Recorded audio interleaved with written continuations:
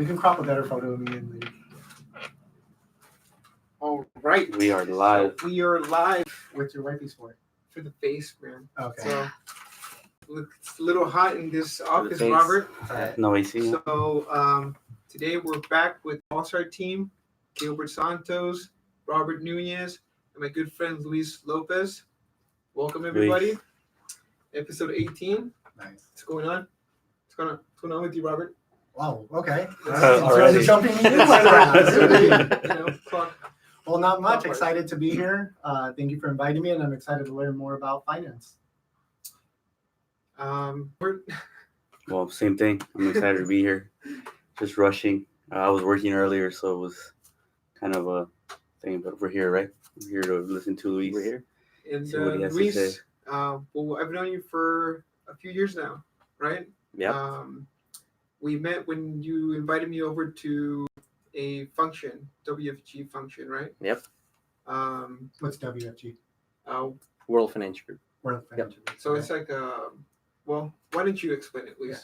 So World Financial Group is a, I would say, a company that provides financial services platform for pretty much middle class America. Okay. Main focus, but I mean it can be to anybody that's looking for financial literacy. Financial literacy Financial literacy and services and services. products. Yes, sir. Yeah. Yes, sir. Describe the literacy. Literacy, we actually do free workshops. We have 5 workshops that go over from financial foundation all the way to building a business within the industry. Building a business within the industry. Building the industry, business within the industry. Okay. And what kind of workshops are these? So workshops, we have financial foundation, we have asset accumulation, we have proper protection, wealth management, state preservation, all those type of things. Okay. And then, like I said, it goes into the building a business within the industry. So the main vision of the company is to build a new industry of what it currently is right now. So transferring over to what the company thinks is going to be the best way to go about, for middle class America for the most part. Right. Yeah. So we provide, the workshops are for free, but we also give out a book and a workbook. We have the instructors that follow, go sit in the classroom and you follow along, you ask questions, and you do whatever it is that, whatever applies to you. The workshops, you said asset management, and Yep. then you said the last one was wealth management. Not particularly that order, but wealth management, asset accumulation. It goes in order? Yeah. Oh, so how if someone was like, for me, Uh-huh. just starting, which one would you put me in? I would do financial foundation first. Financial foundation. Yes. Describe what's in that one. The curriculum. man. It's a curriculum? Yeah. And you said it comes with a book and It does. Oh, It okay. does. So that one's more in particular of really finding out where you're at financially, right? So it gives you a very good understanding of if you've never done a budget sheet for yourself, then you do a budget sheet for yourself, right? And if you are, in some cases, you might say, hey, I don't have any money left over to save, right? That's usually what I get every time I sit down with somebody. If you do your budget sheet, then you can validate if you do have money for your leftover for savings or not. Oh, and you see there's money, huh? Oh yeah, of course. Yeah. You Of take course. out that Netflix, take out that Hulu, some of that Exactly. shopping, some of that food. Exactly. Okay, yeah. Exactly. So you see that all the time. Oh yeah. So that's one of the basics. But then it goes also into how to build a proper financial foundation, right? So it goes into proper protection, debt management, emergency funds, and investments. Part of the process of getting someone to go, you're looking at their finances. You're looking at a lot of people's finances, Yes. especially entry-level people who are just getting into wanting to create some wealth, wanting to save some money, invest some money, all these things. What do you see a lot in their finances? Lack of discipline. Yeah. Yep. Wow. Yeah. Lack of We all discipline. have that. Yeah. I think that's where it starts, and it's lack of discipline and lack of understanding. Mhm. Yeah, which is why we started doing the financial literacy. That's funny. We actually just started reading again. We started reading Rich Dad Poor Dad. Nice. And this time around, for me, I was able to see the psychological aspect of money. It's a psychological book. And it really changed the perspective from the first time I read it. And then this time around, just like you said, man, it was just a lack of understanding and lack of education. It's well, how'd you get into this? First of all, like what'd you do before you were in this industry? So before I even learn about World Financial Group, I was in the military. So like, well, yeah. So like I was telling you earlier, I grew up in Mission Viejo, right? Migrated to the country in 1990, so across the border illegally, right? So we did all that, settled in Mission Viejo. We had a family here already, and went to school. You know, wanted to pursue art. That didn't quite work out because it was way too much money. I wanted to be a car designer. It was going to be $100,000 back in 1999 To be a car designer? to go to Art Center Pasadena, because that's the only place where they taught car design. Like Art Wow. Institute wasn't around, none of that stuff, right? It's a lot of money. Yeah. So I was like, it's not gonna work. So I just kept on going to school and just got my general education. I didn't have any papers at the time, but when I finally got my papers, I decided to join the military. Okay. So I did 5.5 years in the Marine Corps, and after that, paradigm shift in whole mentality. Got a overview of the world, of what goes on around outside of Orange County, and I came back and I said, you know what, I need to get my life straight, and I need to go get my education now that I have money to do it. Yeah. So 2010, I actually got accepted to San Diego State. When that happened, one of my friends invited me to the same presentation that I invited Marco to. And the first day I sat down, it made perfect sense. I had never heard anything about that. I had never thought about putting my money where it needs to be, right? So all of that took place. 2 years afterwards, my dad passed away. And when he passed away, that made a huge difference, because at that point I realized, all right, I went and got formal education, right? I've had multiple jobs. I just finished my schooling. I did 5.5 years in Marine Corps, and none of that, I never applied the planning and everything that I learned for my own family. So he passed away. Most important part. Yeah. So he passed away. It was like, wow, I had to get into debt. My family had to sell pupusas because we're not Mexican, so sell tacos. Sell pupusas, right? Heck yeah, they're delicious. So were you pretty much put in charge of your family after that? Are you the oldest, or are you the oldest son? Or I'm the oldest son, yeah. So you felt like you had to step into that role at that time, or? Oh yeah, that started back in 2000 when I was 13 years old. Wow, your dad died when you were 13. No, he left us. He was an alcoholic. Okay, when he died, that was different. Then that was different. Yeah. Okay. So he came and I was put in charge, right? Like you just mentioned right now, and I had to call the funeral home. I had to do all these things. My mom was like, "Hey, I really like those flowers," and I was like, "Well, we can't really afford those flowers." Mm-hmm. Those type of conversations that are very tough to have, and you never think that you're ever going to do that. Yeah. So that really painted a really good picture of why financial literacy is very important, right? And protection. So then I started getting more involved. I called my friend. I'm like, "Hey, I'm a client. I love what you guys are doing. I want to be part of it." And I went in there and just started learning as much as I could. This was 7 years ago? This was 7 years ago. Yeah. Wow. I want to go back. You said you're an artist. I actually checked out your Instagram. Oh, you did?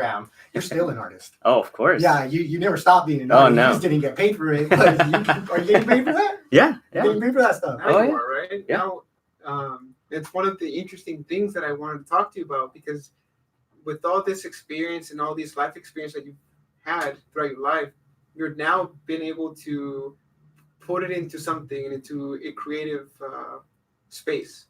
Yep. So I really admire that. Thanks. How did you get into, were you always an artist as growing up, or? Yeah, ever since I was a little kid, I've been drawing since I can remember. And so my mom has still some pictures when I was a little kid. That those are gonna be worth a lot of money. But no, I've been drawing for a very long time. Even when I was in the Marine Corps, it was, "Hey man, can you design this? Can you design that?" There's a lot of guys running around here with tattoos that I've designed. Oh, cool. And You do tattoos? I don't. I just design them. Oh, Yeah. Good to know. hey, Good to know. that's an And they important. just take it. Yeah. And here, I want this. Hey, that's cool. Yeah. So what happened was, I joined the military, again, paradigm shift, and I got out and I was like, man, I want to join the FBI, the CIA. I wanted to be up there, right? But 2010, right, started school. 2012, the economy was not where it needed to be. So I didn't know if I was going to have a job or not. As soon as I told my friend, hey, I want to be part of finances, I also had applied for a federal job. So right now I do work for the federal government too. In what way? I do contracts for the federal government. You want to describe those contracts? No. Okay, I'm just No. I'm not trying to get this all. So, but when I went into the workforce, I wasn't thinking about art, but I went to the workforce. But I had already been exposed to, the entrepreneur mindset, owning your own business, but I didn't understand it. How did you get introduced to it? To what? To that entrepreneur mindset. World Financial Group.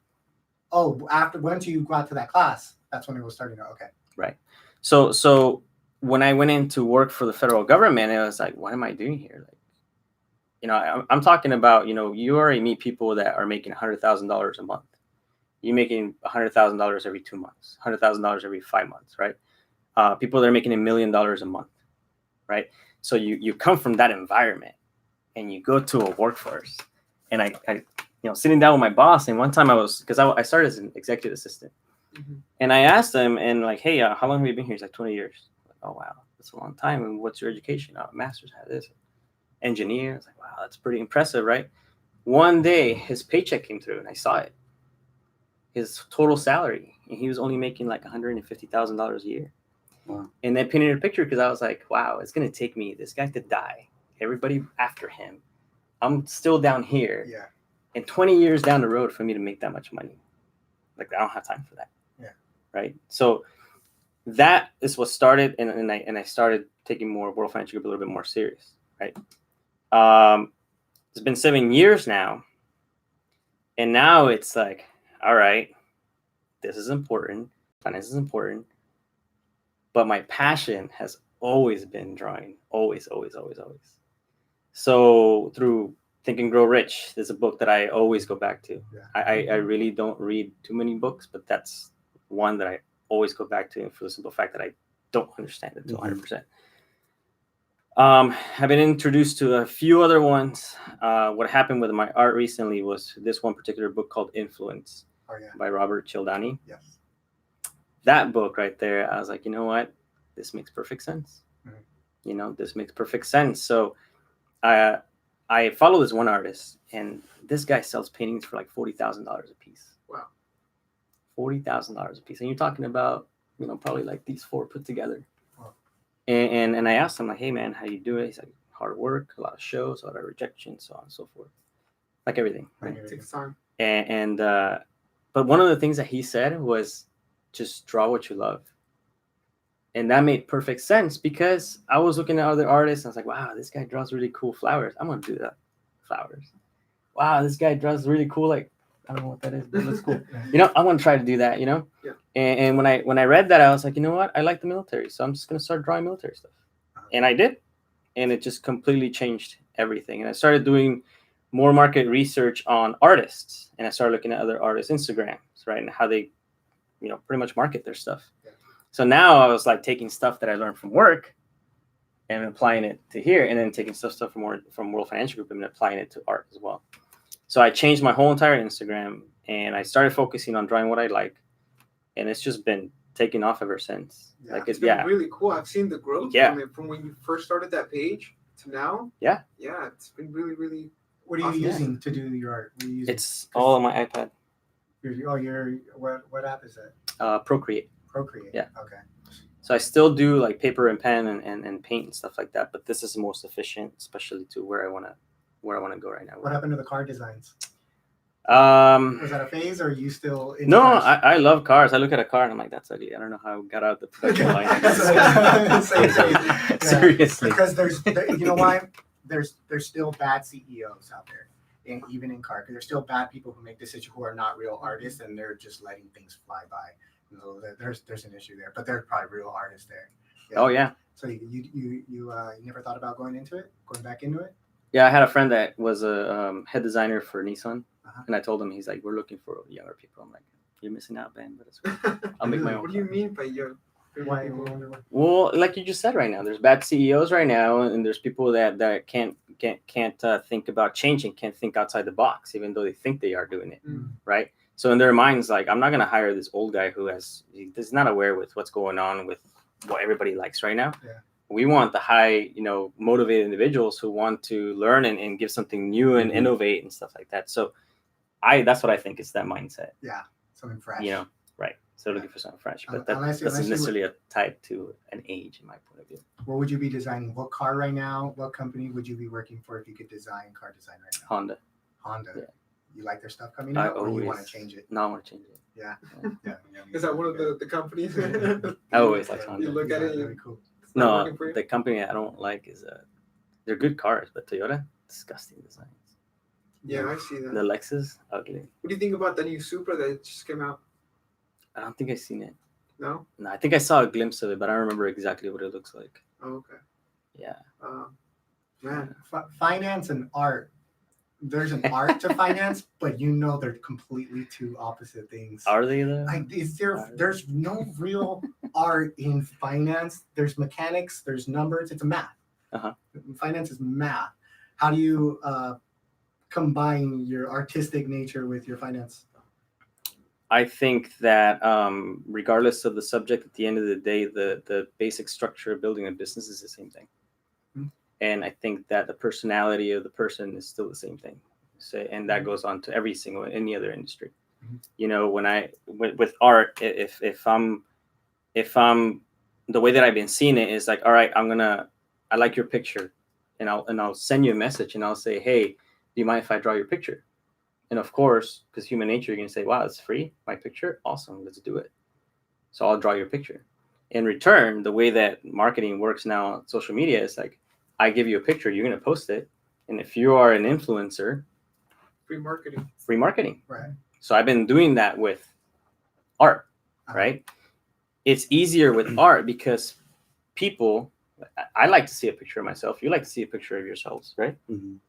So especially with and my market is very like I'm a badass. I'm really cool and military. Like that's my market. It's really alpha personality, Mhm. you know. So they like that stuff, right? So it's easy on that end. On finances, it's completely different, but it's the same structure, right? I view those as easy wins. I got you to say yes, so I can draw a picture. You got the picture. You posted the picture. That's another win. Everybody liked it. That's another win. Somebody followed me. That's another win. Somebody called me and said, hey, can you do one on me? That's another win. Small wins, right? Finance is a little different because finance, nobody talks about finances. Finances, money is like taboo. Exactly. Really Yeah. is. And I don't understand why. I will never understand why. We can sit here and talk about I want money, but you don't want to talk about money. What do you think it is? Again, I think lack of education, but the reason why that is because if you look at where the United States is a capitalist country, and it's all run on consumerism. That's all it is. Yep. What happened when Bush gave it tax cuts? What did he say right after? He said, go spend your money so we can stimulate the economy, right? You watch TV for 10 minutes, you're bound to see a commercial about buying real estate. The American dream, right? That's engraved in our minds ever since you know and can comprehend what's going on around you, right? So the market for you to buy stuff is always there. You're being sold to every single day. You walk out and you see that new truck and you're like, wow, that's an awesome truck. I like my truck, but I want that one. It's new. I drive a 99 4Runner. I look at the 4Runner all the time. I'm like, man, I want a new 4Runner. Hey, but now they're popular. I know, right? Yeah. They're We're driving here and she's like, hey, there's a new Tesla there. And I was like, wow, that's a new Tesla. It's only $40,000. Wow. You're being sold to every single day, right? And the thing is that you're being sold to without even knowing it, but there's not much saying about financial literacy. You don't hear commercials about financial literacy. You don't hear commercials that, hey, there's other ways to put your money and protect it other than stock market or the mutual fund or investing in whatever. You don't hear that stuff. Yeah, no. So it's very interesting to me that when we get people in our workshops with finance degrees, people that have been in the financial industry, people from the banking industry that come to our workshops sometimes, and they're like, I have been in the industry for this long and I had never heard of anything you guys are talking about. Why is that? Because it's not marketed. Why do you think they don't want to market it? It seems like a good product to market. It seems like it would help stimulate the economy to invest in certain things, for people to invest in themselves. What do you think? Do you think that the consumerism of trying to sell a car has more money than banks? But I feel like banks I have think a lot. it's all the interest. I think personally, you know, and it goes back to our vision, right? The vision of the company is to build a completely new industry, financial industry. if you look at the financial industry right now, I'm not going to say any names, but there are companies out there that if I showed up to them and said, "Hey, I can save $100 a month. What would you recommend?" And those companies will look at you and say, "Hey, do you have $500,000 to invest? Because I can't do anything with $100." And you're going to tell me no.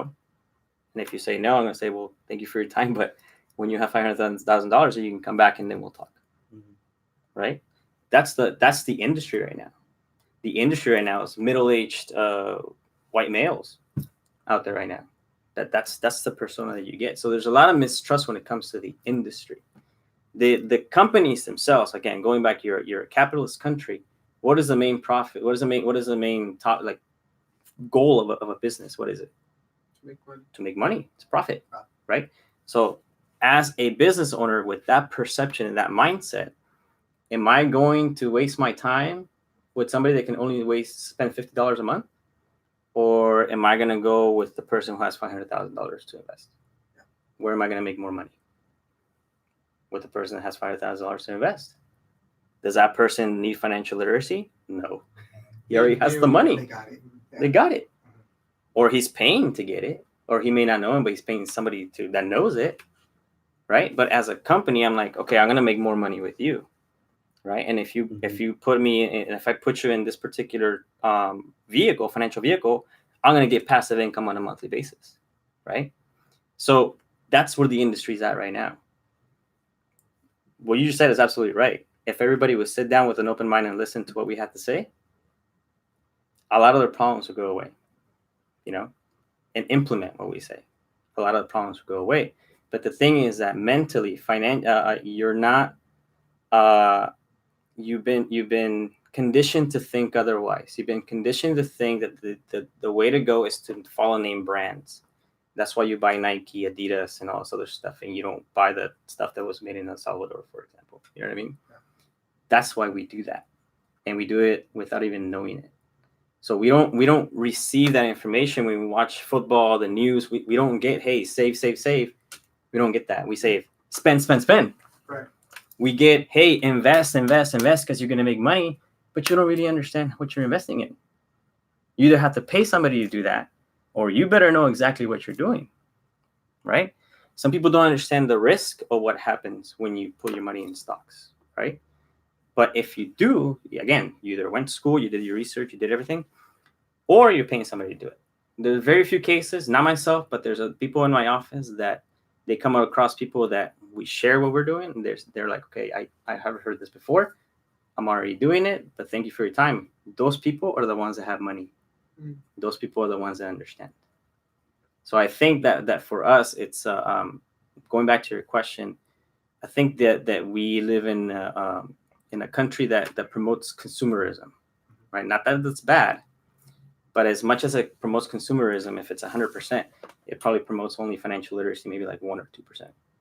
There's not enough. We don't get enough exposure to it. Yeah, and with your clients, the financially illiterate clients, what's the curriculum look like? You were mentioning that you have like a map of some sort to get them to kind of understand. You mentioned discipline, and we'll talk about discipline right now because how long were you in the Marines? 5.5 years. I think you get all your discipline from there. Kind of, yeah. Yeah. Yeah. That Sure, probably got man. you back home. Kind of. Yeah. Kind of. But then with your clients now, you're looking at that discipline. But what else do you attach to it? Well, it's more of really understanding where they're at first. So there's multiple ways that I can talk to clients, right? I can go to their home. They can come to my office, do one-on-one. Some people don't feel comfortable in large groups, right? Yeah. Like that person. Yeah. Right. So we have a lot of ways that we can talk to people, right? But first and foremost, when it comes to the workshops, that if you happen to show up in the workshop number 3 is asset accumulation, that's just where you start, right? There's really no order to start it. But when it comes to a one-on-one presentation, the first thing that needs to happen is they need to understand why we're doing it. Why am I sitting here in front of you across the room, across the table, discussing this, and here's the current status of the United States. We have a little blue book and I don't have it with me, but one of the things that it says there it's very interesting. It says we live in one of the wealthiest countries in the world, but yet we all have money problems. Everybody's still living paycheck to paycheck, right? So we have a lot of tools that we utilize to make people realize, all right, and assess for themselves, where are you financially? Okay. After that, once we get that out of the way, we let them know what our intentions are. Then let's say do a personal financial strategy, which goes into, all right, how much money is coming in? How much money is going out? What is this? What is that? What are your bills? How much do you have for savings? What's your retirement goal? How much money do you want to have there? What does your retirement look like? Is your money tax exempt, tax now, or tax deferred? Where's your money at? Based on that sheet right there, then I can decide, all right, what's going to be the solution, right? There's been times where I sat down with clients and they have no money left over. And it's like, I only have $10 to my name afterwards. Is this through no fault of their own? Well, it's always our own fault. But is it because, okay, they have kids, they have bills, they're really getting it tight, or for the most part, you're seeing a lot of just extra spending, you're seeing a lot of debt? How do you handle debt with clients too? It's mixed, what I see. Most of it is lack of discipline, but there are cases that they just don't have any money. So when that happens, my approach is, all right, you need to start saving something. And I ask them, what's your intention? Are your intention to stay here? Or is your intention to make more money in the future? Perfect. Then let's start establishing really good habits of saving at least $10 a month, right? Depending on the situation, then I say, hey, if you want to start a business and learn more about financial industry, we can make that happen too, right? But that requires a lot from the person. Yeah. When it comes to debt, we do a referral basis with Debt America. Okay. So we work with them and we refer clients to them. Consolidating debt? Yeah, consolidating debt. Yeah. Yeah, and then that's on that end, right? On the other end, when it comes to the client actually doing something, I'm pretty sure you guys have heard it from David Ramsey. It's the snowball effect. Yeah. So we have that strategy, and that's what we talk about as well. I'm on the third step. Are you? Yeah. I don't know this. I don't know. It's step one is save $1,000 emergency fund. Yeah. Step two is the debt snowball. And step three is 3 to 6 months of saved expenses. And then number 4 is 15% of your income toward retirement.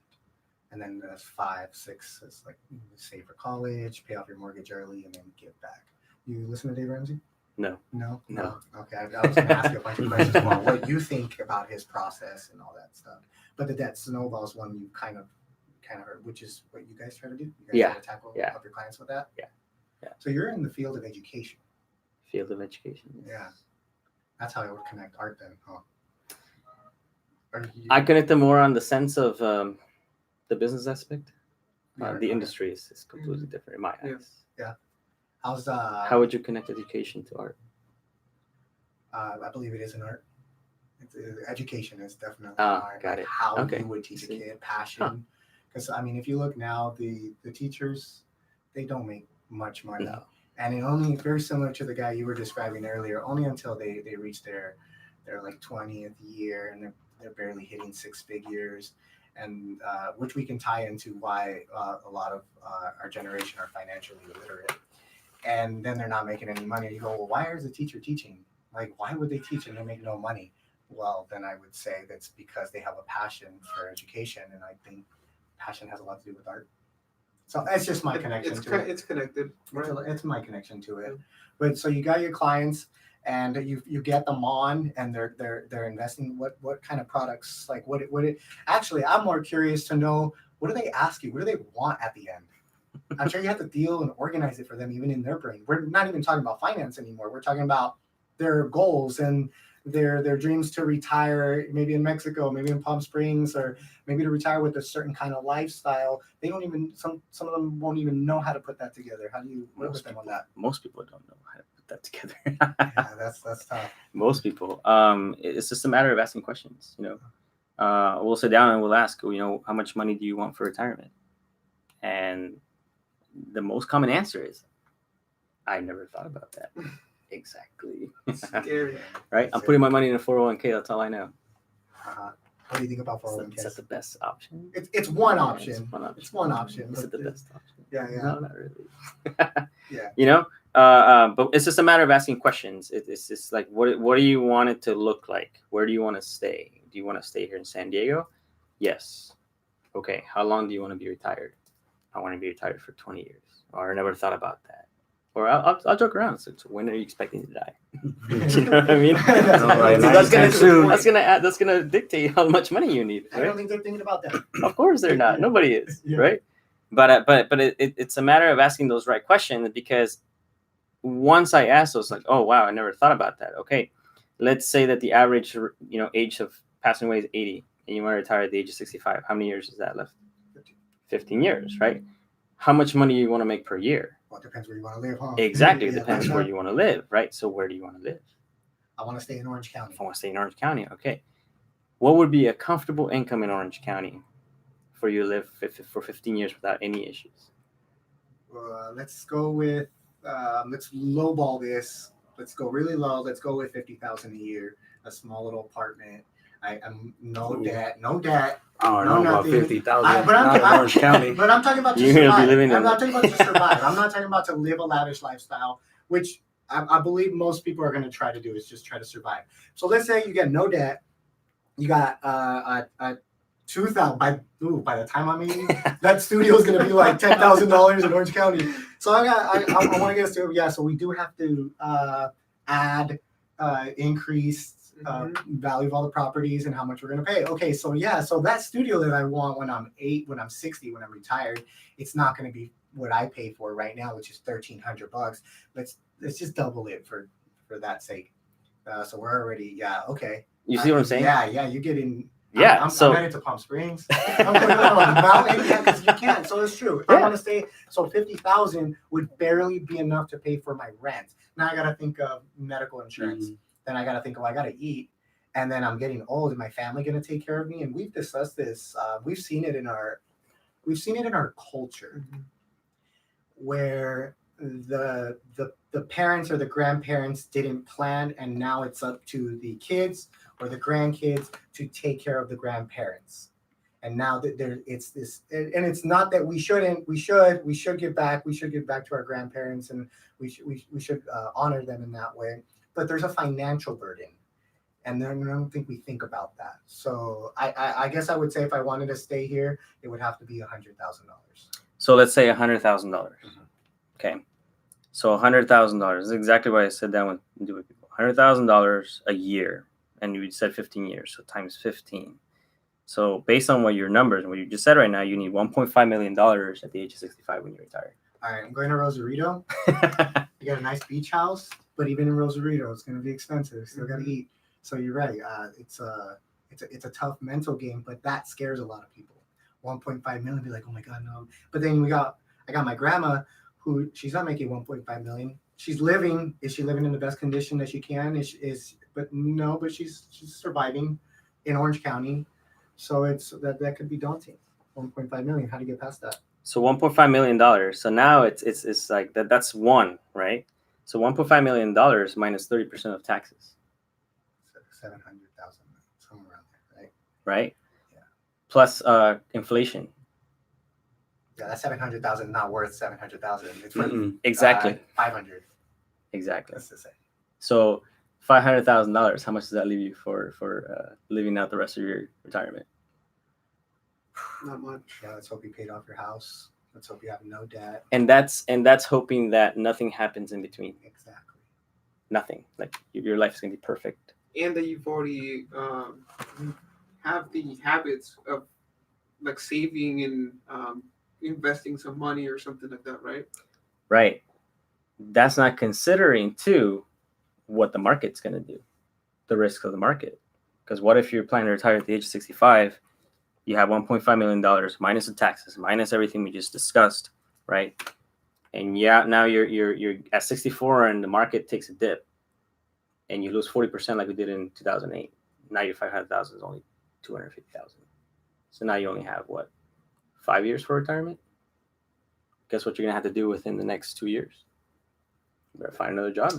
So how do you see that when you go through this process with your initial clients? Like, what is their reaction to this? Like, Oh, they're scared. They're like, I don't know what to do. It's scary. It sounds Of course. scary. I got to come up with one point, and you know what? I'm sure. How old are they? 40? sometimes Roughly, yeah. Okay, so Yeah. they're 40. You got like you're thinking 20 years. I got to come up with 1.5 million. What goes on after that? Like, how do you get them to make the first step, especially with their lack of already discipline, and then now they already know what the end goal looks like. You already figured out they want to live in San Diego. They need this amount of money to retire. What's the next step? So that is one aspect of what I talk about, right? But that aspect also goes along with two other topics, right? What happens if you pass away right now, and what happens if you get sick or disabled? Very important. Right? So yes, we're planning for the retirement part, but what about in between? Right? So for me personally, my house right here in Lake Forest is worth $400,000. It's nothing crazy, right? But $400,000. My income, it's maybe roughly about 90,000, right? Everything else that's coming in, I'm looking at an average of about maybe $100 and something thousand. I have to have $1 million in life insurance for me in order that in case anything happens to me, my wife doesn't go back and live to her parents' house. Right? You just mentioned about older people, right? My mom, she got laid off at the age of 62, maybe about 2 years after my dad passed away. Okay? 62 years old, housekeeper, doesn't know how to speak very good English. Are you going to hire somebody like that? Most likely not. Right? Social Security, she only gets $700 a month. So what I make, she depends on it too. Right? In addition to the debt that's there. Because I'm not sitting here telling you here that we're debt free either. Yeah. We have student loans that we have to pay off.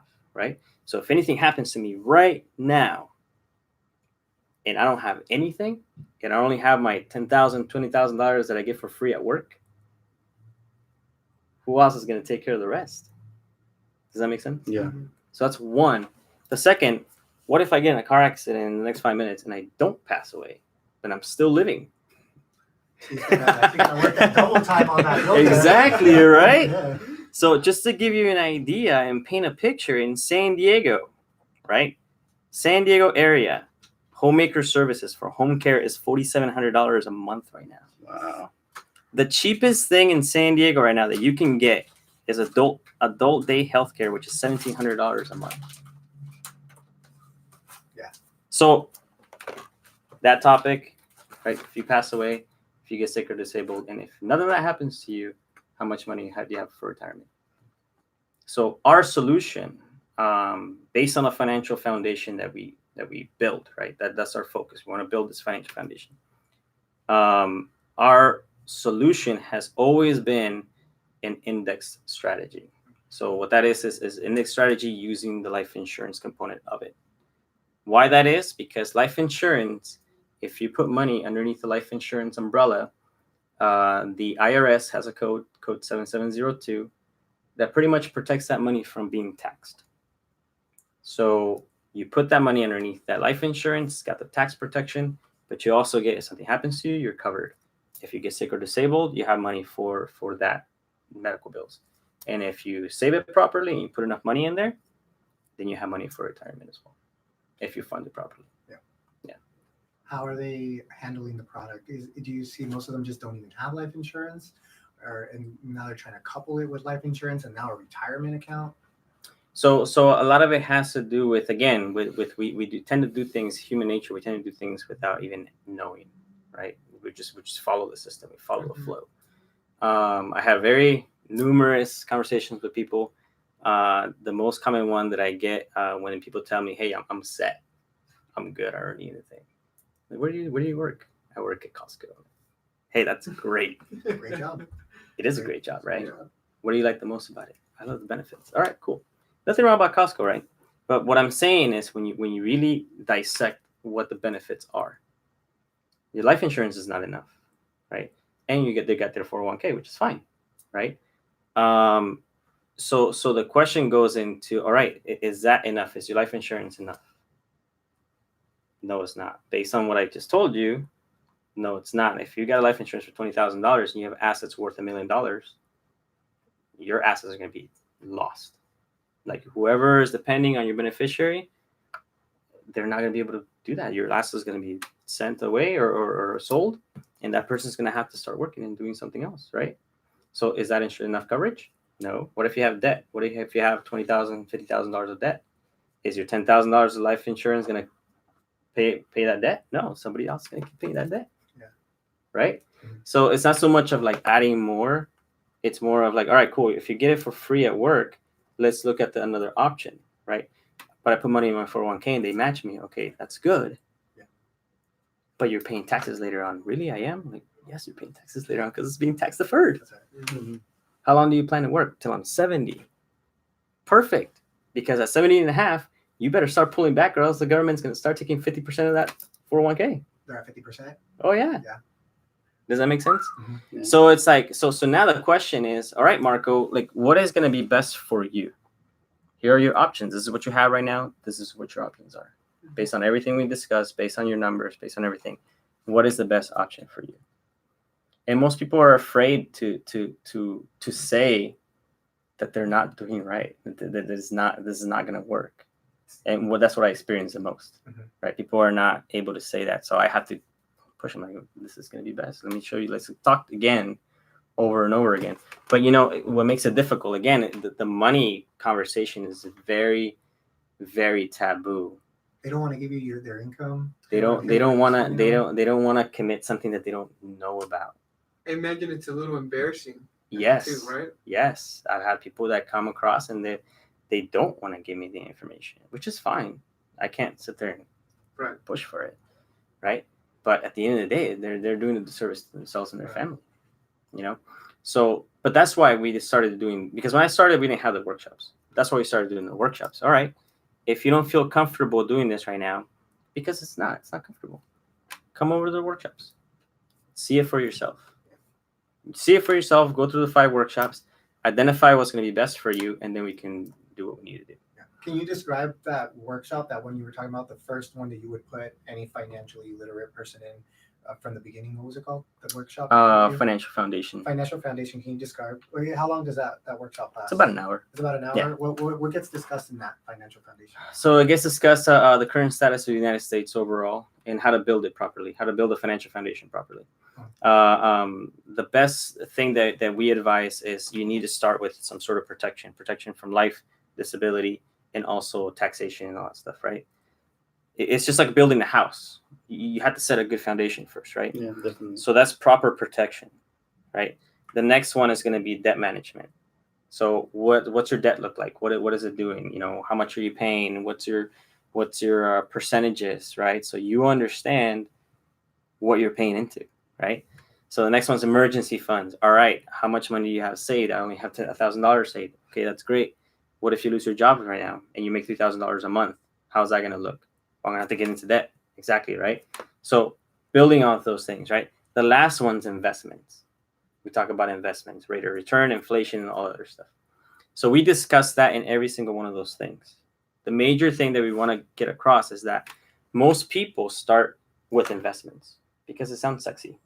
Yeah. Right? Sounds cool. It sounds like sounds you know cool. what you're doing. Exactly. Oh yeah, I put my money in Google the other day. Okay, that's cool. How much? $20. Okay, that's cool. Hey, but what about those people that put their money in Amazon? Or Bitcoin, and then made it. But see, those are flukes. We don't. Yeah. We're controlling that market. Yeah, yeah. We're controlling. So what happened in 2008 was exactly that, right? Let's not even get into the ones investing. 401ks. Put your money in 401k because you're told to. That's part of the benefits package, right? 2008 comes, 401ks lost 40%. The whole entire economy lost about 40%. No emergency funds for certain families, right? So what's next? If there was emergency funds and there was only like $2,000 in the emergency fund, that's gone, right? What's next? Debt. I'm in debt, or I'm not in debt, but now I have to be in debt because I don't have an emergency fund, right? They also, what happened is they pulled everything out of their 401ks. So penalty and taxation. So, all right. So, and at the end of the day, if they get sick for whatever reason, there's nothing there to protect them. So that's why everybody started losing their houses, leaving them and leaving the country or the country. Yeah, some of them left the country. Some people Oh, I'm left the sure. country. Yeah. Yeah. They're like, Mexico, here I go. I know, right? Yeah, I'm gonna be a drug dealer. So you know, they left the state and all those things, right? And they're still recovering. There's people right now that are still recovering. So that's the biggest message that we're trying to convey to people. You have to build it right. You can't build it based on what you heard. You have to know why proper protection is the first and foremost, right? Why you have to get out of debt or manage your debt at least. Why do you have to have an emergency fund? People tend to just kind of do what they're told based on what So society tells them to do. what do you think is like the thought process of them, like their thought process on money? Like how do you perceive them when you first talk to them? Number one, I think that they're very scared to talk about money. Like you mentioned, number two is they're almost embarrassed to talk about it, right? I think that comes because they don't know much about it. They think they do, but they don't. Number three, I think it has to do, without them knowing it, it has to do with what they've been told. I don't know who these people are. I don't know what this company, or heard of this company. I should be putting my money in the bank, right? So I don't, at the beginning when we talk about it, it's not so much that they're paying attention to what I'm saying, is they're still trying to feel everything out because it's something new. Yeah. They don't know. They never heard these concepts before. So I think in the beginning, it's more of like a sticker shock. Like, whoa, I never heard this before. Is this even real? It I sounds never too good heard. to be true. Exactly. I never heard of tax-free retirement. That was one of the topics that we had earlier today in the office, right? Tax-free retirement. And this is coming from a tax owner, like a tax business owner, telling us these things. Like, hey, this is what we're providing for people, right? So I think that that's what's going on in their mind. Hey, I've been told to do 401k. I've been told I'm supposed to, save money in the bank and doing stocks and I'll be fine. Or as much. People with the most they know is like an IRA, Roth IRA. I never heard of building this before, Do you This think is that all I the know. consumer side takes over? Like, I see a lot of people playing fantasy football instead of putting that money Of into course. something. I think so too. And I think that the fact that we offer these workshops for free has something to do with it too. Because humans tend to value if it's worth something. Like, I don't know about Dave Ramsey, but last time we were looking at his whole the class that he does, and I think he was charging like $170 something for like the first class. And it's a whole thing of like charges that he does up to like almost $2,000. Mm-hmm. You're mounting about maybe $3,000 to get the same amount of education that we're providing in our workshops for free. So even that, going back to what we're saying, it's too good to be true, right? So I think that's also happening as well. Yeah. And we're really looking at the person who's teaching, which could be Right. you or your partners. And then there's a little bit of a judgment where it's like, well, they don't got it. Why are they going to tell me that I'm going to get it? And they don't even have it yet. I want to see someone who has it. And then when they see someone who has it, they'll be like, no, that guy's taking my money. I know that's why he has it, because he takes all our money. So you're battling this type of mentality.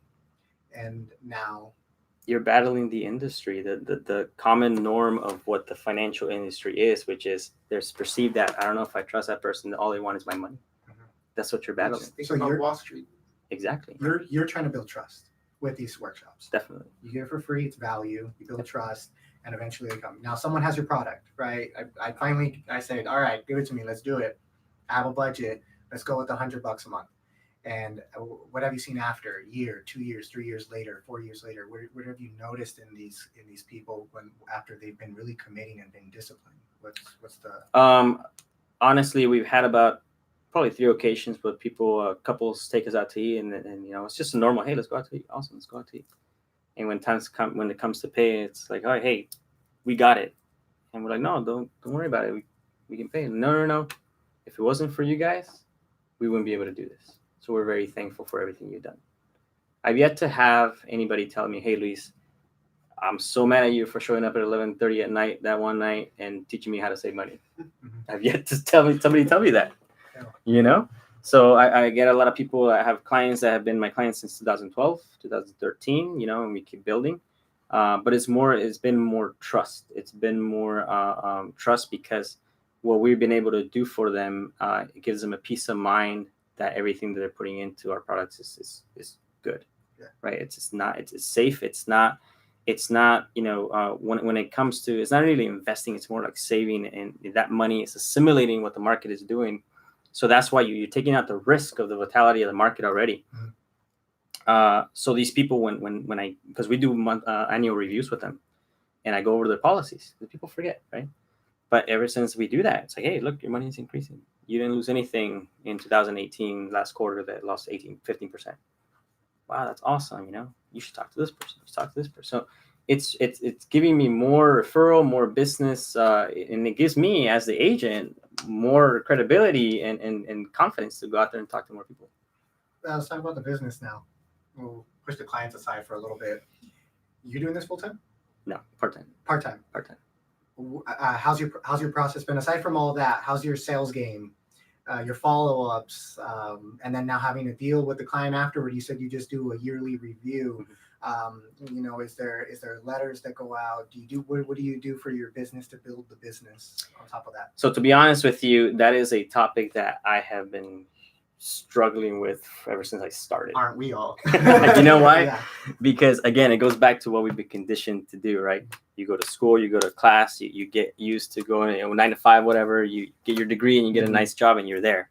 You've been conditioned to be an employee your entire life. Well, yeah. At 32 years old, I wasn't introduced, hey, you can own your own business. What? I never heard of that before. And then you have the human ego come in. I don't want anybody telling me to do. I got to figure it out. What am I going to learn from these people? In my case, I just did 5 years in the military. I went to war. I did this. I did that. It's just your human ego that's consuming you, right? So that's been very tough for me. It's gotten to the point right now for me that I do my annual reviews, and it's more of the whole transition phase of failure and rejection and all this other stuff. Reading certain books, going back to Think and Grow Rich, and trying to actually implement what I'm supposed to be doing. You know what I mean? So is the business where I want it to be? Definitely not. But it's because of my personal growth. It's kind of getting rid of the whole employee mindset. And it's taken me 7 years so far to get rid of 32 years of institutionalization for me. Oh, yeah. So that's why it takes time. But the interesting part about it is that through work, I've been building a lot of confidence through work. And it's like, all right, my mindset is more of like, I am a business owner, not necessarily in finances or art, but now just as a person, I'm a business owner now. Mm-hmm. Like I am my business. Like what I say comes out of my mouth is going to convey to the rest of the world that they're gonna perceive me based on what I do, what I say, how I act, all those things, mm-hmm. Right? So right now it's in a transition to go in that route, and Joanna's here, and I think that in my case, having a really good partner that kind of understands that aspect of as well is helping me transition. We met in the business, and I'm forever grateful for her and everything that she's brought into my life, because we were able to mesh and we had the same goals. With that being said, when we met, we were very immature. We're not thinking business wise, So she's been doing a lot of growth. I've been doing a lot of growth. My perception of money has completely changed because we grew up saying money is the root of all evil. Yeah. So even that also changes, So all of those things changes, she just, sorry, I'm going to talk about you, but it's okay. She got offered a position as a yoga instructor, and next thing you know, the owner is like, hey, you want to be the studio manager? And she's like, sure. She was kind of scared. But, she took it and she learned, and she learned more about business, administration, mm-hmm. which is one of her majors. But now I feel like we're culminating into this thing that even though we had some success in finances, now I think we're to the point where something big's going to happen, so it's been more of a transition. The annual reviews are still there. The constant communication with my clients is there. I'm starting to go ahead and send out birthday messages and, hey, hope everything is great. I used to do that in the past, but it wasn't sincere. And now it's coming to the point where it's sincere. I have to feel like you care about people. Yeah. You have to do it. Mm-hmm. Care about people. You felt insincere because at the beginning there, maybe, and this is just because I did the same thing when I was in real estate. You felt like it was just to get a sale, just to get a referral. But when you changed your mindset to, I actually really care about these people and their financial well-being, sending it out felt a little different. It's different. And the energy came off a little different. In the beginning, it was like, I don't know if that's a good product for them or whatever. That's too much money for them, or it would be like, oh, that's really good for them, but it's because you're trying to get that sale. Yeah. And regardless of, you could say the most beautiful things in the world, but if that's your mentality, you're trying to get that sale, you're trying to get that number, that's always going to come across. Whereas in now it's more like, or you know what, let's sit down and just really discuss what's going on with you, right? It's not about me, it's about you, so let's really figure it out. So it's a little bit more sincere now, and it has to do with maturity and everything else that happens in life. Is this the entrepreneur spirit? Is this the problem you were kind of like working on to try to get to that entrepreneur level? Because there are clients, and like you mentioned, we're our own brand, and what we say is going to affect them. Then recently I read, I didn't read it, I watched it on a TV show of a guy who's starting his car company on Netflix, and he says, if I do a bad job, if I do a good job, they're going to tell 10 people. If I do a bad job, they're going to tell 100 people. Yeah. Have you started now looking at Definitely. not trying to get them the max so you can get the max, but making sure that they succeed so you can succeed with them? Okay. Definitely. Even with art, art is interesting because people send me messages. Hey, how much does this cost? Hey, how much does this cost? How would you do this? And normally in the past, I would say, hey, I'll charge $100. All right, cool. What do you want? This is what I want. I'll do it. Here you go. All right, cool. Thanks. Now it's like, hey, that's awesome. Hey, where did you serve? What do you do? What's this art for? How is it emotionally, important to you? Like, what does this mean? So now I do the piece of artwork, but the more understanding of what they're looking for, so I can really put it down on paper, right? And then I send it out. Here you go. Here's your piece. It's going to be the remainder of the deposit, that's due. But then I go out and really build more relationships with people. And I say, hey, how's it going? Hey, how's your art doing? Did you post it up yet? Did you print it yet? Did you put it on a frame yet? You should get it here. You should get that frame there. So it's building more relationship with people. And it's interesting because now it's like, hey, by the way, I may have you do another one. Hey, by the way, you should talk to this guy because he wants one. I even had other artists now calling me saying, hey, I want to team up with you because I see you're doing great things in art.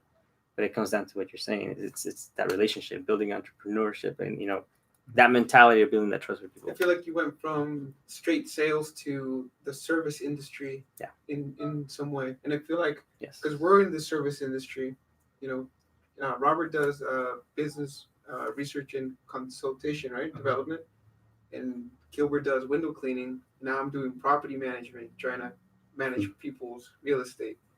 And I just feel like, because I did retail, everybody's here's done retail, I imagine, right? Yeah. From the transition from going from retail to just selling things and doing sales to the service industry, like the service is so much more fulfilling. Yeah. And then the connections that you build, they just give you much more appreciation for people. Overall, I think it's just more fulfilling. Yeah, I agree with you. Yeah. What are you using right now to build your entrepreneur? You mentioned Think and Grow Rich. Are you books? Are you doing seminars? Are you listening to podcasts? What do you listen to? What is your growth, your education look like? Your personal education? So personal, what I did about 2 years ago is I actually got my master's in organizational leadership and management. Thank you.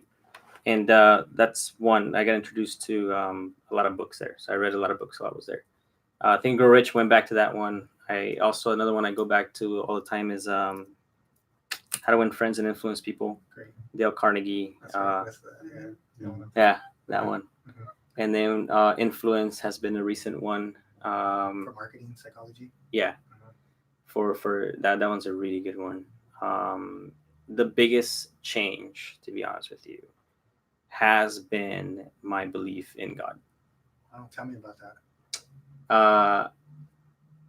A few years ago, I grew up Catholic, so it's always been around church, praying and all that stuff. And then my wife and I, we got into believing into the universe and energy and all that stuff, and we were really deep into it. Yogis. Oh yeah, I was she's like, yeah, let's do it. We really got into that stuff, and it was interesting because from one day to the other, a lot of things changed.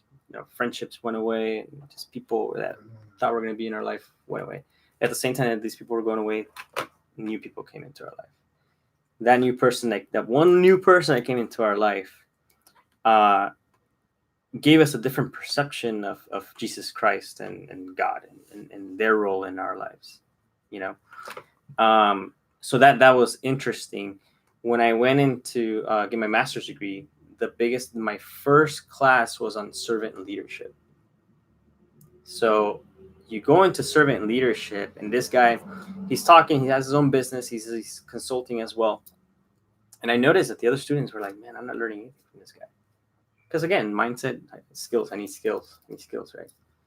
But I was paying attention to everything he was saying.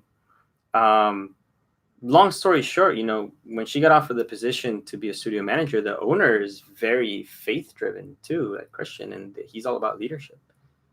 And I started talking to him, a little bit, and paying attention to what she would tell me.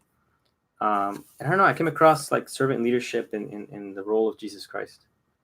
And now when I read into what he's done, or my wife reads books too, and he tells me, that is one of the main drivers for me now, because what was shifted again. The universe is really like, I'm going to manifest this. I'm going to manifest $100,000 in this desk right here, and eventually it's going to show up somehow, right? You always got to put work into it. Yeah. There's a lot of pressure that goes into that. At least what I felt. Shifting over to saying, you know what, God, I don't know what I'm doing. I really don't know what I'm doing. And everything that I do is going to be your will, not my will, your will. And everything I do is going to be for your glory. That has completely changed everything. Does it put you in a no fear mindset? Does it put you in a position where you're not really thinking, like you actually, so this might have to do with how your mindset changed with your sales then. Yes. Which was, I actually want to care about people, lead people, be a leader. So that's kind of the foundation you're talking about. It's a foundation. It's a different perception of what I was trying to do. I was trying to do it my way, pretty much. And now it's like, hey, I'm here for a purpose, and just show me what I got to do, and I'm going to do it. So for an entrepreneur, it's taking everything away from me. Like there's no pressure on me now. It's up to God. As much as I want to be successful in art and everything else I'm doing, at the end of the day, I'm open to whatever. If everything gets taken away, that's fine. Like gratefulness, forgiveness, all that good stuff that really lays a foundation for the business entrepreneur path, which is a roller coaster. Yeah. And then you get the pride and the ego involved, the money and all these things that can really pull you away from your bigger purpose. And you bring some faith into it, you feel grounded. I feel grounded, yeah. Yeah. And then when your relationship's working out really well, which I believe, having a faith in God, or whatever God that may be, or just some type of foundational faith that could bring a stronger relationship, which can then in turn help out your purpose, your drive. Definitely. Has that been a big factor? Also? Yeah, definitely. Perception of people as well, understanding that not everybody's in the same area, the same place as you are. When it comes to finances, when I offer the opportunity, it really is, look, this is where you want to go, but it all depends on you. I'm just here to help you. I don't care what your background is. We're going to work together based on how fast you want to move. When you look at stories of Jesus Christ and what he did, he could easily turn away a lot of people because of their sins, whatever it is they're doing in the background, right? But no, those are the people that he helped out the most, right? In the past, there have been situations where I'm like, I don't know if you're going to make it. I don't want to work with you. Because you're not going to produce, you're not going to do anything. And now it's more like I'm learning patience, I'm learning understanding, I'm learning like that relationship. Sometimes you got to put the business away and kind of just get to know people. I think that's very important. Yeah, you gotta get to know people so you understand where they're coming from. So that way, again, it goes back to, so that way you know how to motivate, you know how to get them through what they're going through to achieve their goals. So. Finance is only one aspect of their hardships. There's a lot of disability. There's already a bunch of other things that they're going through, right? Yeah. I'm just adding that one more thing. Yeah. So it's been very interesting. It's been very interesting. That's an important. That was a really important way on how you get through your entrepreneurship Any other ways? You mentioned books. You went to school. Do you have mentors? Do you have? So the company we host we have an event called the Trainers Academy, which we're hosting now every month. Right, we went to Palm Springs last month. We're going to San Mateo next month, in which we have the company in total. It's about 30,000 agents. Whoa. So these out of these 30,000 agents, you have individuals who are making easily six figures and above, like millions of dollars. So this Trainers Academy, what they do is, we all show up and then we have our convention in which these individuals mentor us and everything that we got to do. Okay. There's a calls every Tuesday, every Thursday. We go to trainings every Wednesdays and every Saturday, just to keep our mindset fresh, right? So that's always constant.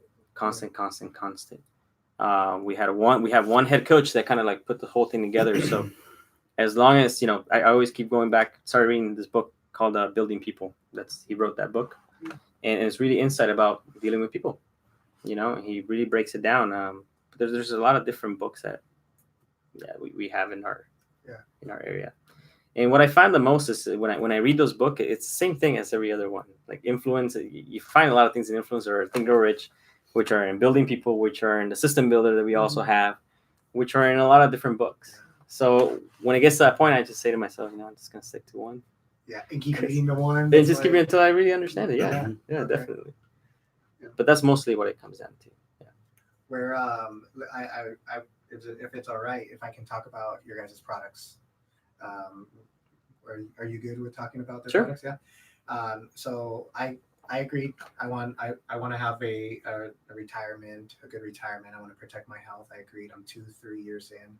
Describe the product, how that works, and cash value life insurance. Is that what we're talking about, or are we talking about index?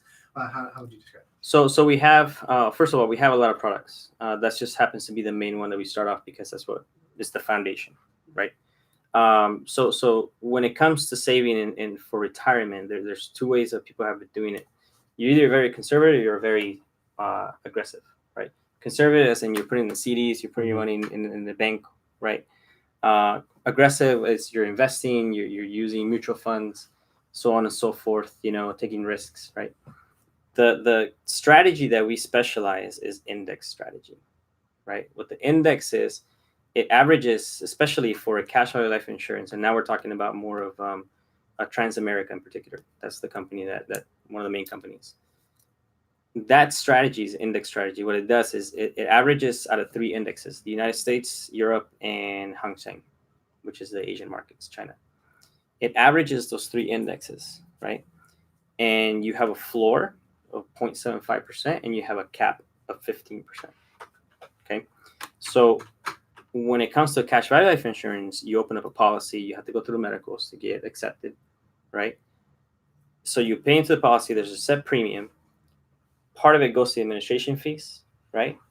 And then what's remainder, the average of those global indexes is the interest that gains into that cash value. Does that make sense? Mm-hmm. So then that cash value is growing, right? You still have the death benefit. That same death benefit is also your long-term care, right, amount. So if you have a coverage for $500,000, if for whatever reason you need long-term care, you have $500,000 for long-term care, right? In time, that cash value is going to grow, right? That cash value is going to grow. That eventually, when you get the year that you're going to retire, or even before that, if there's cash available to you, you can access that cash income tax-free. So that's one. The main strategy is an index strategy. That cash value is not necessarily an investment. It just simulates what the indexes are doing. So that's one product. That would be for somebody who is young, who's got some money, right, that they can put away to really front load it. If they're in their 40s, mid 30s, we can still do more things. Now, when you get to the older ages, it's a little bit tougher to do something like that unless they really have money. Does it become more conservative at that age where you're just like trying to like make money, but at the same time trying not to lose a lot of money? Because when they're younger, the risk, you could take more risks, right? Yeah, well, that's the beauty of this particular product, that you don't have a risk because you have that 0.75% floor. So even if the market crashes next week and you lose 20%, my clients, they're not going to lose any money. They're still keeping theirs. They're keeping theirs. So if I have $100,000 in my 401k or whatever you have it, and you lose 40% of it, you let's say 60% or 60,000, right? My clients, if they have $100,000 and the market goes down 40%, and they're $100,000 too, they still keep it $100,000. The next year it goes up 20%. You went 20% on $60,000. My clients went 20% on $100,000. Mm. Which one do you want? You know what I mean? Mhm. Which strategy do you want to use? Mm-hmm. So that's more on the cash value, life insurance, which also has a death benefit, long-term care. Another one that's very popular is a fixed index annuity strategy. So what that is you have a lot of individuals that have worked multiple jobs and they have their money in their 401ks. I'll give you an example in particular. I had a client that had about $100,000 in his old 401k. He switched jobs. And he says, I don't know what to do with this money. Well, let's look at an index strategy in a fixed annuity. We rolled over that 100,000, put it in a fixed annuity. The company that I like to use is Delaware. It gives you a 5% bonus up front just for transferring your money. Wow. There's no fees to even do that transfer, right? But right off the bat, the clients it already gets 5% of that transfer. The floor is still at, I think it's 5.5%, right? But they can gain money indefinitely. But again, it protects them from the market, and that's also an index strategy. It simulates what the S&P 500 is doing, or depending on what that strategy of that one company is doing. You mentioned Delaware. So are you a broker to Yeah. many different products? Yeah. Yeah. Ah, So I can work with, Transamerica, Nationwide, Pacific Life down the street, Delaware, Prudential, you name it. We can work with them. Oh, okay. John Hancock, Pinnacle. And you said you're doing this part-time after selling enough of these products. I'm sure you get your fees, you get your, you're making your money. What are different aspects of your company that you're trying to get to where it would make you go full-time, or what are you waiting for? What are your goals, your personal goals? So part of the company, what it offers is the ability to build an organization. Okay. So let's take real estate, right? When you were a realtor, you were part of a broker, right? Mhm. At any point that you're part of the broker, could you recruit your own real estate agents to work under you? I wanted Still part as that broker. I wanted to be a broker just to do that. Just to do that, Just right? to have my real estate agents. Because when you're a real estate agent, you get your team. Right. You can get a team. Exactly. And you can make money with your team, but when you're a broker, I mean, it's a different plane. Yeah. So in the company, we're able to do that. So right now, our main focus, and we again, this is everything's culminating, right? We're actually going to discuss that. We have to build a team. You have to. And that's what this company offers as well. You recruit people to understand, so they can understand and learn themselves for how the business works and finances works. Mm-hmm. But the whole goal is to get them to be self-sufficient as fast as possible, and as knowing everything that they need to do, because that's what's going to bring financial security. If you look at let's say Starbucks, it's a lot of people working that one company, so the owner can pretty much do what they need to do, right? So it's the same thing that we're trying to do right now to build financial stability. Multi-level marketing. Does it have that nameplate on your guys's? That's been back and forth. I think the business model, it is a multi-level marketing type business model. Yeah. What's been your roadblocks with multi-level marketing? Because just so I'll let you know, I've been in multi-level marketing companies. I've tried it. I do believe even like real estate has a multi-level marketing influence. Yeah. Like you were describing, okay, someone works for Starbucks and got employees, and everybody needs your thing. Everything's multi-level marketing. Everything is, yeah. But I'm sure you reach roadblocks with that. I'm sure you reach people like myself. I don't do that because I mean, I don't know if I work well on a team. I play tennis. It's just like I'm a solo artist. I don't do. But for you go through that. You're trying to recruit is the word they try to use. But what are you trying to do with multi-level marketing? And how would you tell somebody, hey, this is really good? What's that process like? Because that's another form of a client, customer. Yeah, no, definitely. I think, we were talking about this the other day, actually. We provide an opportunity. We provide an opportunity for you to either educate yourself financially, or if you do need to make money, you're looking to make money, we provide an opportunity for you to make really good money. within the financial industry. That's what we are going to start using, because that's what it is. Do you do teamwork, or are you looking at them as an employee? Are you looking at them as a business partner? How do you attach it? I'm looking at them as a business partner. Yeah, as a business partner. Just for the simple fact that at the end of the day, and going back to the roadblocks that you talked about, the roadblocks are just that, right? The word recruit in itself has such a negative connotation to it. But the interesting part about it is that we'll sit down for hours and watch a show about recruiting, and we love it. And we play fantasy football and we recruit all the time.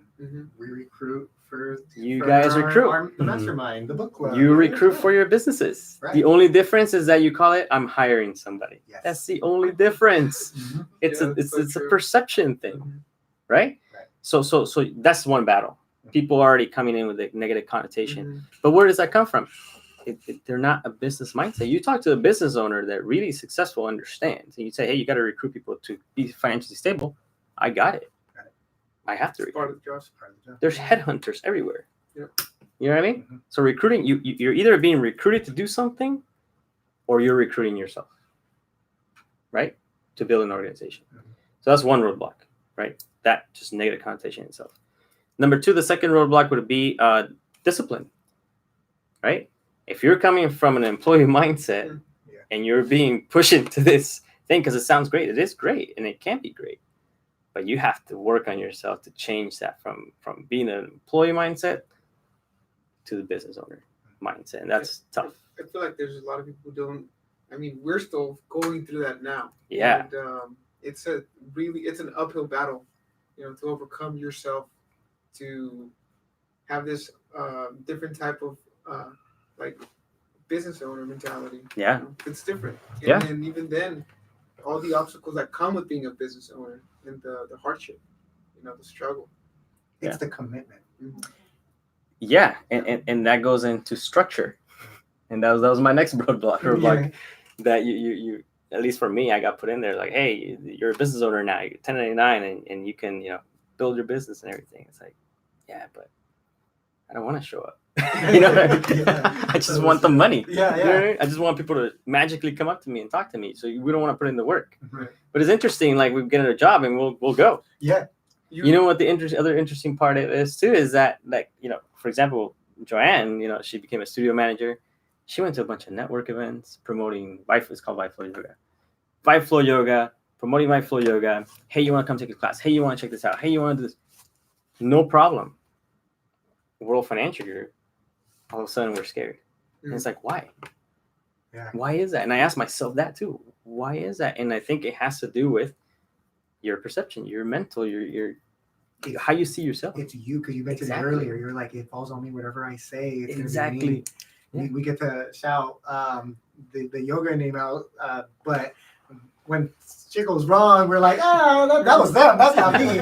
But when things go wrong and everybody loses their money and they're coming after you. Exactly. So you carry the responsibility and the burden. So when you're looking for somebody to be on your team, to be a business partner with you, what are some of those qualities that you're looking for?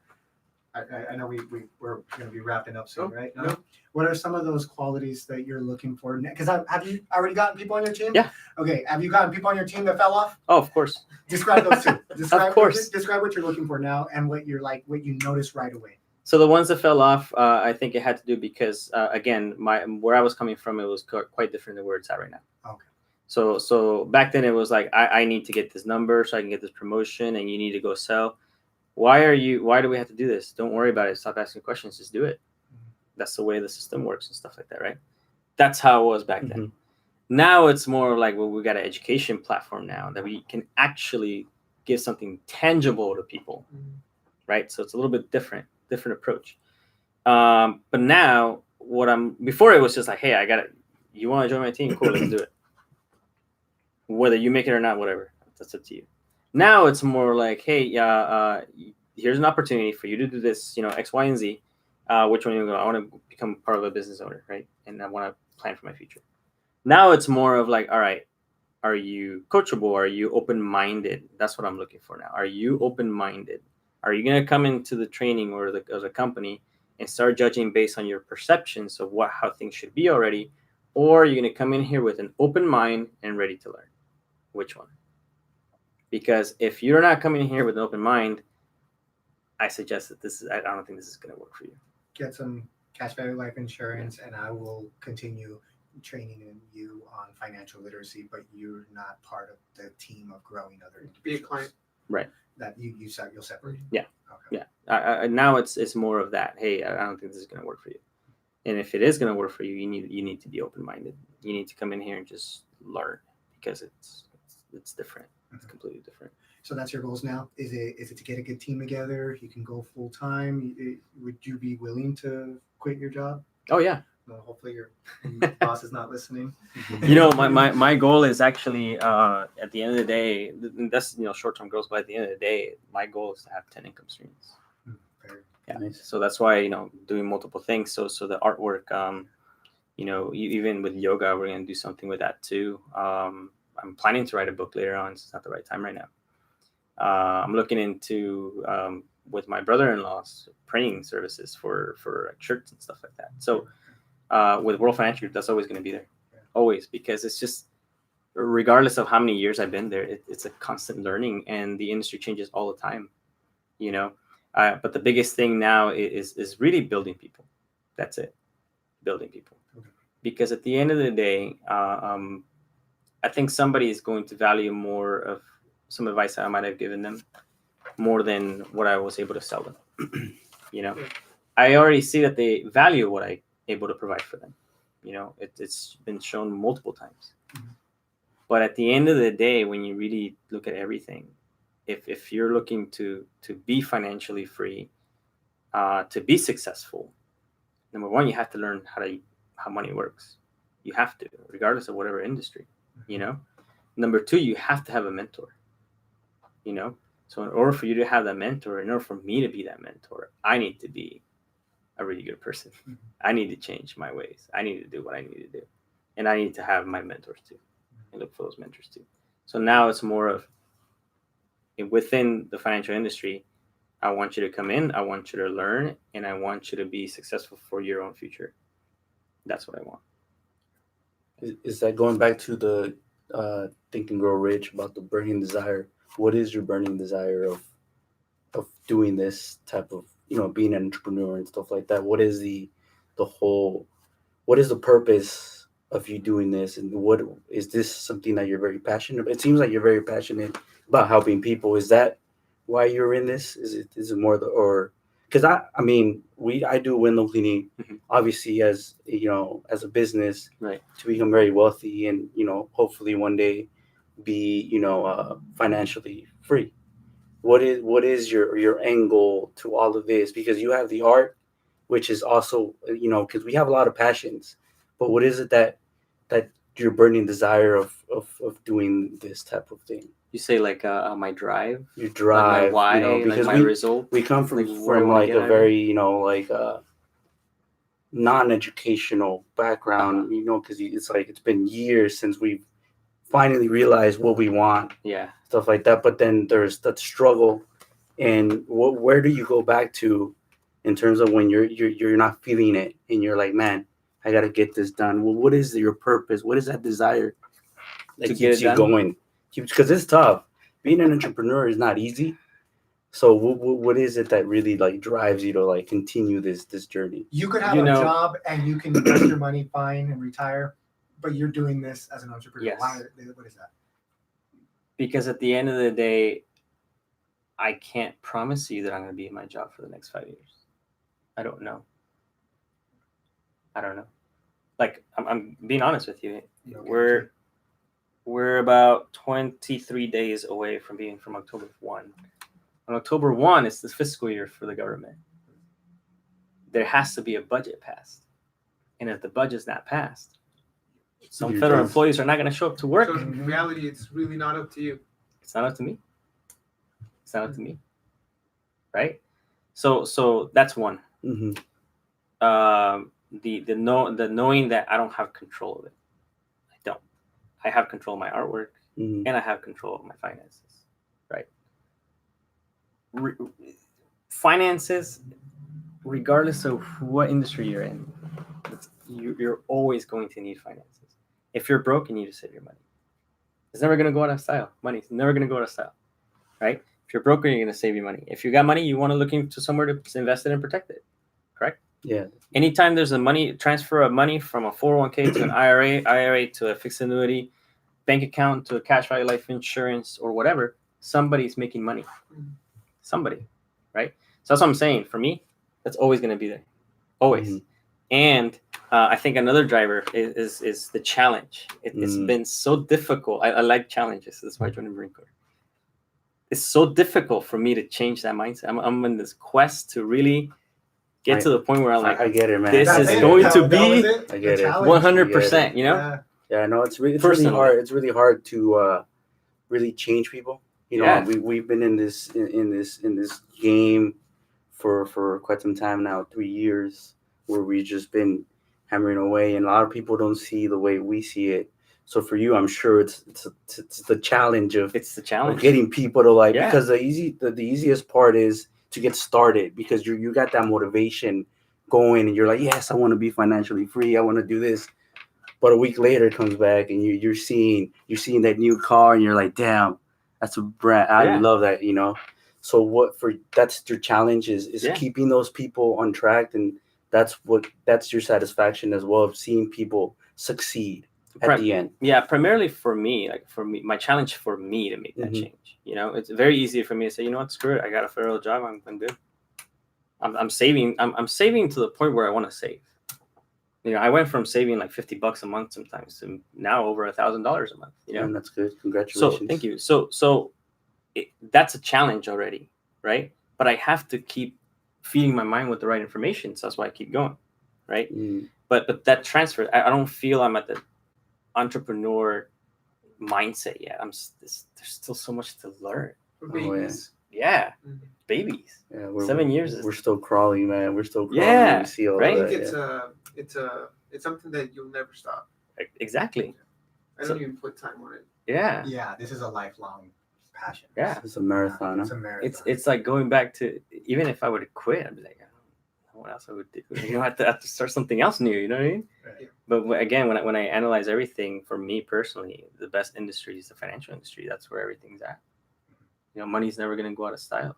Everybody uses Everybody it. Every uses it. industry Yeah. uses it. It's true. So it's not so much now the industry. Now it's more like the challenge for myself, right? That's on a personal level. When it comes to the team, yeah, of course, there's no other what's it called? There's no other good feeling than knowing that you've impacted somebody in their lives in a very good way. That you have no idea how it feels. I'm pretty sure you do in your industry. How it feels to have somebody tell you, hey, because of you, I have this money saved. Because of you, I got out of debt.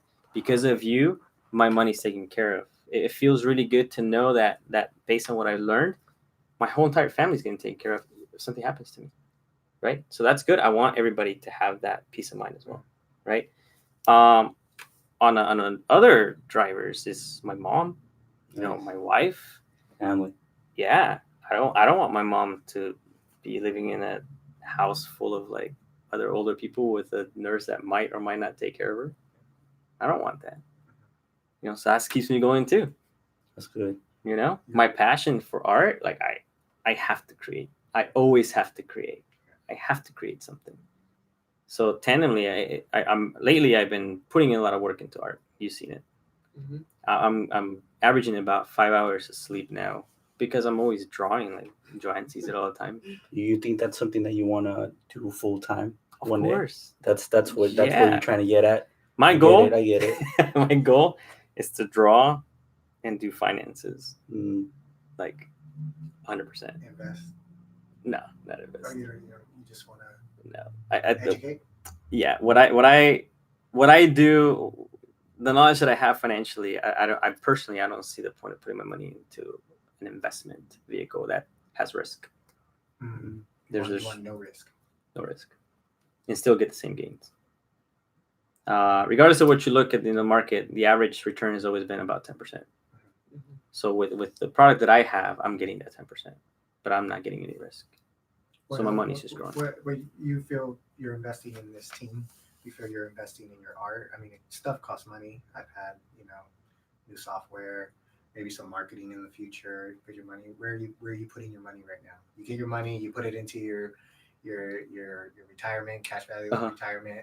Not all of it. I'm sure you save a couple of it for yourself, for your businesses on the side. How do you invest in your business? What are you doing? What are you buying? So I bought a $10 app called Procreate. Ah, nice. $10 app. $10 app And called that's how Procreate. you've been creating those. Wow, that's incredible.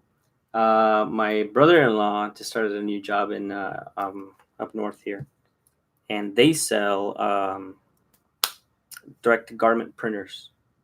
So my other brother-in-law has also that entrepreneur spirit, and he's got a company called the Hoopery, basketball stuff. So he's been looking into getting a printer for shirts, right? So that's another opportunity. That's you're looking at about $20,000 for that. Poster wise, for my personal artwork, is about a $3,000 investment for a printer, so I can do it on my own. Because I'm cutting down $10 and going to Costco and get this poster printed. Mm-hmm. Like a sheet of paper for my artwork is about $12, with 50 sheets. I just do the artwork really quick and just print them. You know what I mean? You thinking about buying that? Oh yeah. Yeah. Oh yeah. Also, your investments also in your business. Oh your yeah. art and all Yeah, that stuff. definitely. Okay. When it comes to art, yeah. Uh-huh. When it comes to what else? If it gets to the point of doing shirts, then obviously the shirts and stuff like that. Okay. When it comes to finances, it's more of the what's it called? The conventions that we go to, the trainings that we go to. That's more of a personal investment and mental investment. Mm-hmm. Yeah. Those are very important That's really choices. interesting, man. That's very good. I guess one of my final questions that I have for you is, let's say we have somebody who's just decided to take the red pill, okay, and say, you know what, I've had enough of this consumerism. I'm tired of spending my money on other things instead of myself. What's one piece of advice that you've learned over the years that you would want to share with them? I would say pay yourself first. Pay yourself first. Describe that real quick, because I got a topic. I got to talk about that. But yeah, don't describe it. Describe it. What do you mean by that? A lot of people come from, when I say that, a lot of people are like, well, I do pay myself first. I buy myself new shoes every single month. I do this. I work hard for my money.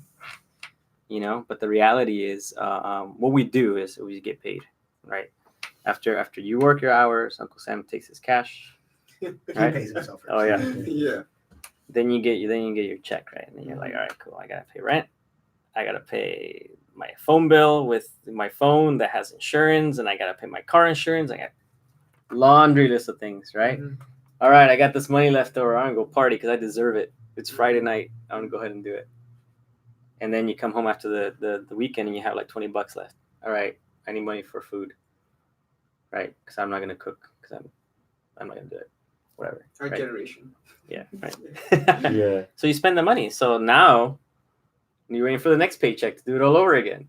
Over again. Maybe the next paycheck, you're like, all right, $20. I actually bought some food already. I cooked this time. I'm going to put this in my bank account. $20 into your bank account. Right. Are you really paying yourself first then? Not really.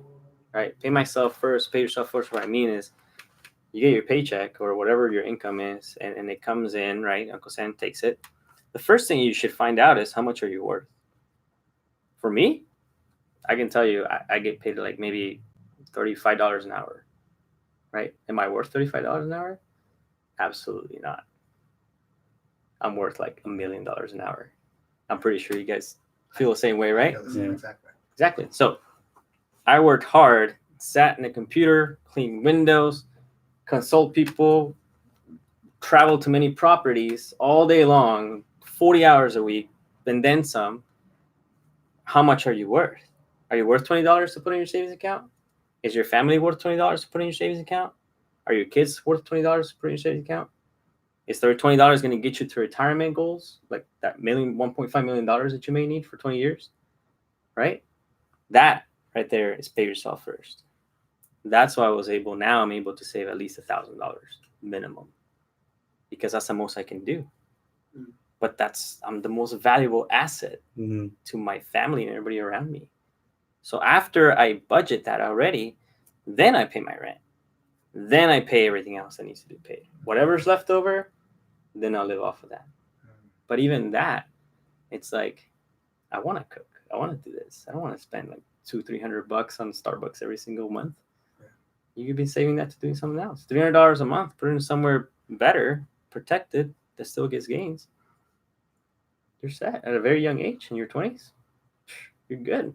All right. So just so everybody's that make sense? listening, that's pay yourself. Pay yourself first. Because there is a misconception, and I would say Rich Dad Poor Dad Robert Kowalski, he says pay yourself first, and I agree with it, and we have agreed with it.